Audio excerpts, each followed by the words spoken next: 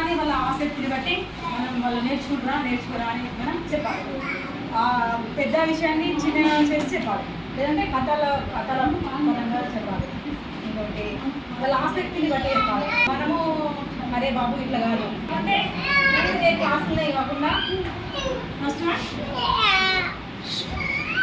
ప్రతిసారి మనమే చెప్పడం కాకుండా వాళ్ళతో కూడా గ్రూప్ డిస్కషన్స్ పెట్టాలి, లేదంటే ఏమైనా క్వశ్చన్స్ వేసి వాళ్ళని ఆన్సర్ చేయమనాలి.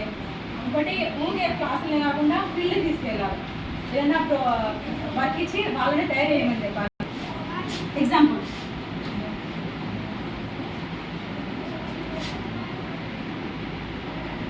వాళ్ళు ఎంత చెప్పినా గుర్తుంచుకోరు.